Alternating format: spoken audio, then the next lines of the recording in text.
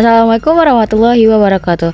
Halo semuanya, sebelumnya perkenalkan nama saya Rania Farunisa dari program studi Hukum Tata Negara semester 2 dengan NIM 125127001. Di sini saya akan memaparkan dan menganalisis studi kasus yang berkaitan erat dengan tema demokrasi, partai politik, dan pemilu yang saya beri judul Fenomena Maraknya Calon Tunggal dan Kotak Kosong dalam Pilkada Serentak di Indonesia.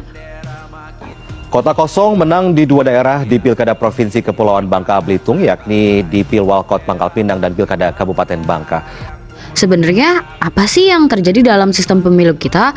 Belakangan ini pelaksanaan pemilihan kepala daerah atau pilkada di berbagai wilayah Indonesia seringkali memunculkan fenomena yang tidak biasa, yaitu munculnya calon tunggal yang bertarung melawan kotak kosong.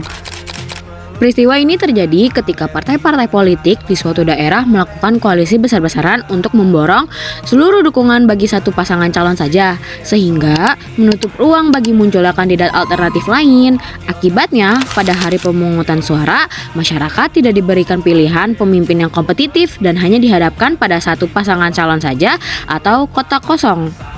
Secara legal formal, keberadaan calon tunggal dan kotak kosong ini sebenarnya adalah sah secara hukum. Landasan yuridisnya diatur dalam putusan Mahkamah Konstitusi nomor 100 garis miring PUUU strip XIII garis miring 2015, di mana MK menyatakan bahwa pilkada tidak boleh ditunda atau dibatalkan hanya karena calon tunggal. Namun, maraknya kotak kosong ini mencerminkan kemunduran dalam kualitas demokrasi kita. Esensi sejati dari demokrasi adalah adanya kompetisi yang sehat dan variasi pilihan bagi rakyat.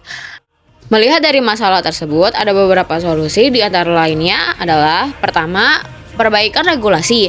Perlu adanya revisi terhadap Undang-Undang Pilkada mengenai aturan ambang batas pencalonan oleh partai politik agar tidak terjadi monopoli koalisi yang mematikan kompetisi. Kedua, penguatan jalur independen.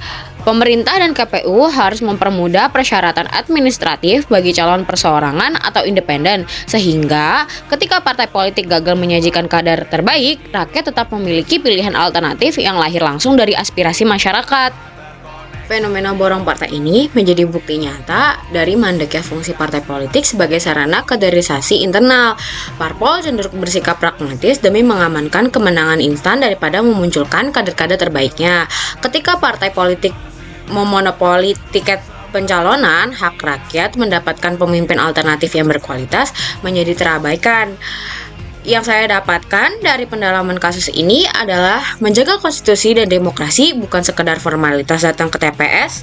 Kotak kosong adalah peringatan atau alarm bagi kita semua bahwa kondisi partai politik dan generasi muda kita tidak boleh apatis terhadap politik, melainkan harus terus kritis mengawal jalannya kaderisasi dan pemilu demi mewujudkan pemerintahan yang bersih dan benar-benar representatif. Demikian pemaparan studi kasus dari saya untuk tugas UAS Pendidikan Kewarganegaraan ini. Mohon maaf atas segala kekurangan. Terima kasih atas perhatiannya. Sekian dan wassalamualaikum warahmatullahi wabarakatuh.